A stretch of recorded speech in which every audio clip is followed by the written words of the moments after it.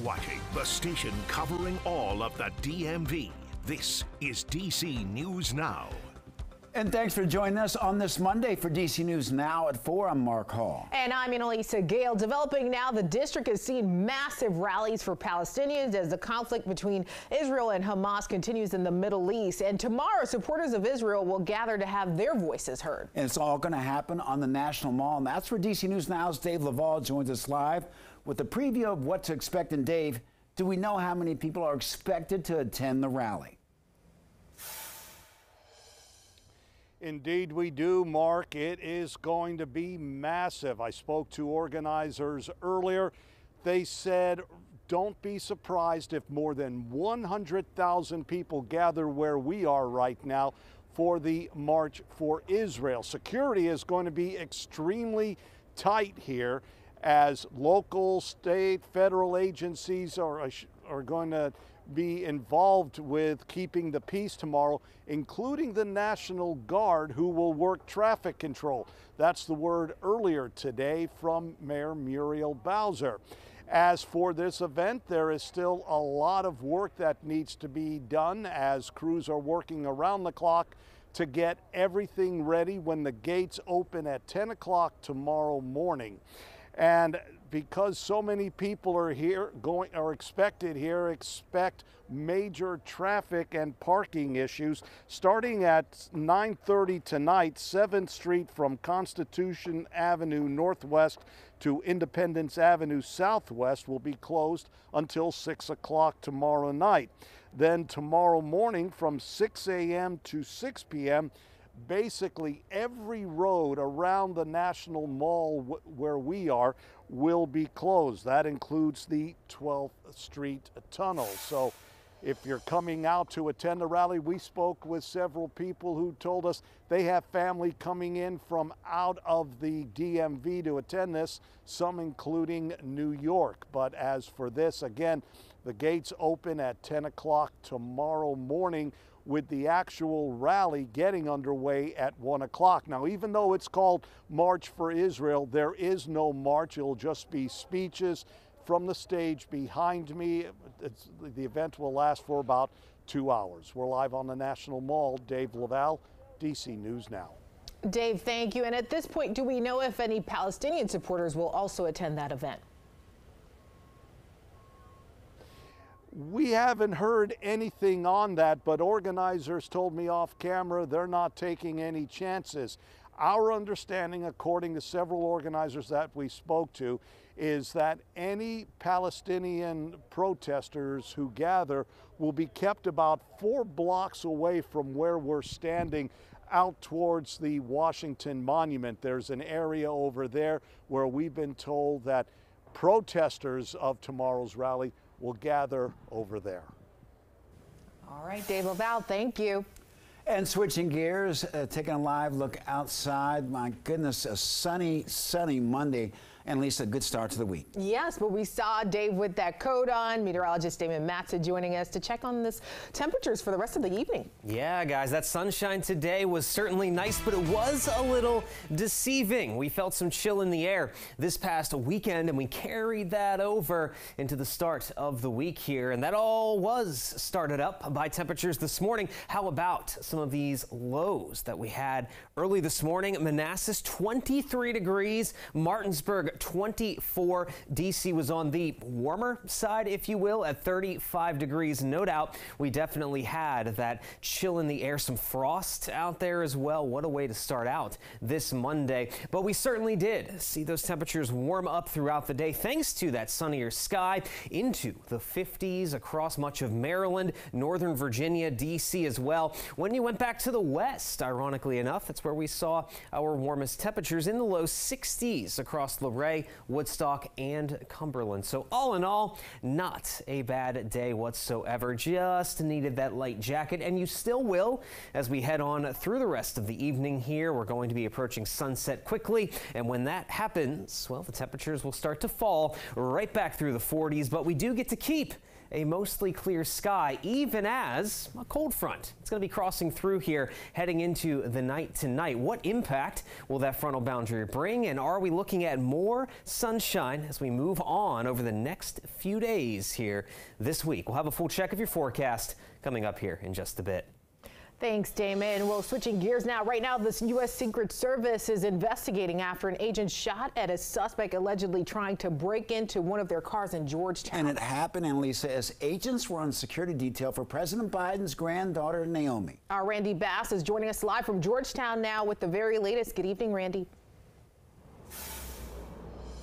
Yeah, good evening, Mark, Annalisa. Still very few details we have at this point.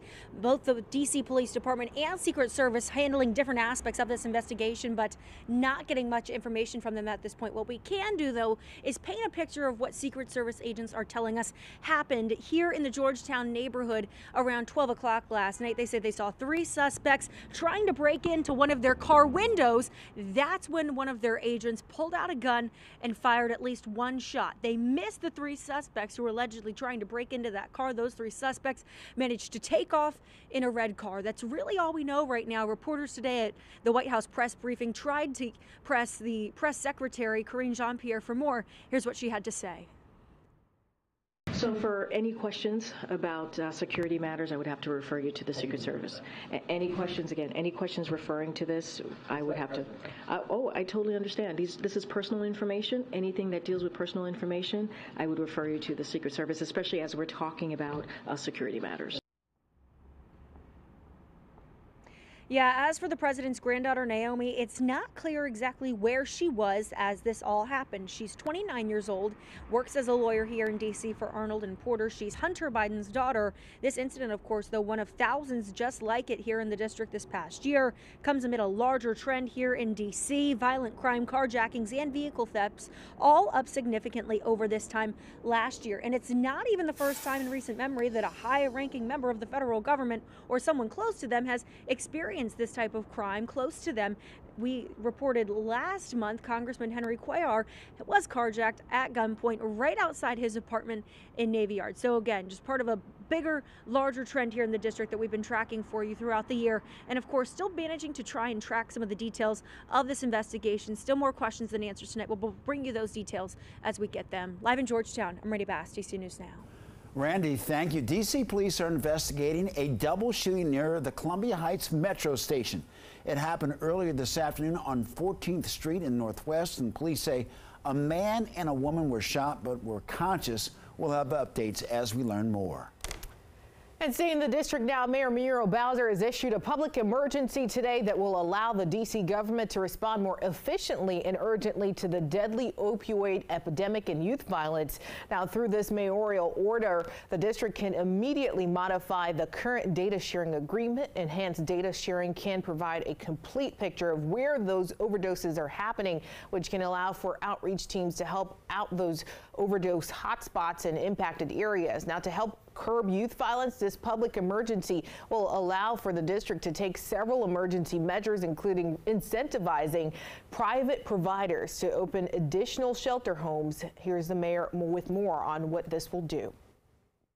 I want to acknowledge and declare this emergency, not suggesting that the work to curb opioid overdoses isn't already happening, but in some cases to speed up that work. We understand that we're not going to wrest our way out of this violence. We also know that young people need to have consequences and boundaries. And again, this is in response to an increase in opioid-related deadly overdoses and youth violence there. And the district is offering ride share and mobile delivery drivers another chance to pick up free dash cams to hopefully increase safety and transparency. The mayor's office says that last week's dash cam giveaway was a big success. The next one will be held tomorrow from 9 to 5 in Lot 3 at RFK Stadium.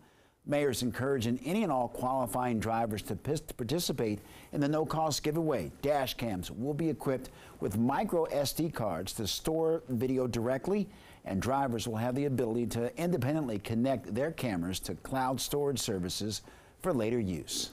And turning now to Maryland, where new tonight in Prince George's County, Hyattsville officials say drivers can expect a single lane closure between 9 p.m. and 5 a.m. weeknights going southbound along Route 1. Now, this change could last up to 6 weeks, and that's because the city of Hyattsville has new apartments coming to the 5300 block of Baltimore Avenue. Now, according to the city's website, vacant buildings are being replaced by 285 apartments, 30,000 square feet of ground floor retail space, and a garage. The Canvas Apartments, as they're called, are being created by the Urban Investment Partners. They'll be positioned about 2 miles from the University of Maryland College Park.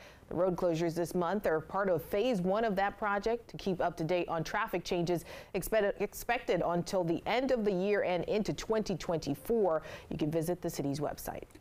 Well, nationwide, over the last several years, the number of students with learning disabilities has been steadily increasing. Fairfax County Public Schools says that it's taken a big step, hiring the country's first neurodiversity specialists for K through 12 education. DC News Now's Haley Mylon sat down with the specialists and some of the teachers she'll be working with. Those numbers just represent the students with identified learning disabilities. Neurodiversity specialist Kristen Hayner says a lot of kids need to learn differently, and she says that adverse student behaviors in the classroom don't necessarily mean a kid is being bad or trying to be disruptive. It's something she has firsthand experience with. And when I was a kid, I would often be asked to empty the dishwasher. And it would go in one ear and out the other. Kristen Hayner's parents thought she was being disrespectful. My brain is constantly going, and I genuinely did not capture or process what they had asked me to do. Years later, an ADHD diagnosis finally brought clarity to those frustrating moments for her family. Now, Hayner is the first neurodiversity specialist in K-12 education in the nation, advocating for kids just like her. It's a cultural shift in education. Learning disabilities such as autism and ADHD are on the rise. Today, 16% of FCPS students are in special education. Hayner thinks about the big picture, targeting the barriers that kids face. Mindsets and the ways in which we talk with and about students. And I would say another barrier are our environmental design practices, whether that's through curriculum and instruction or even our physical spaces in our building. EdWeek Research Center reporting 70% of teachers say that student behaviors are worse than they were before the pandemic. At McLean High School, teachers say Hayner's sessions are shifting perspectives. This discussion has just been some growing empathy that I've experienced for my students, for their families, for other teachers. Hayner's holding trainings for all FCPS teachers, aiming to help everyone understand kids who learn differently. Different, not less. They are valued. They are worthy, and they are enough. Hayner says she hopes her work inspires other school divisions to hire neurodiversity specialists to accommodate the growing needs for different learning styles in schools. Fairfax County, Haley Mylon, DC News Now.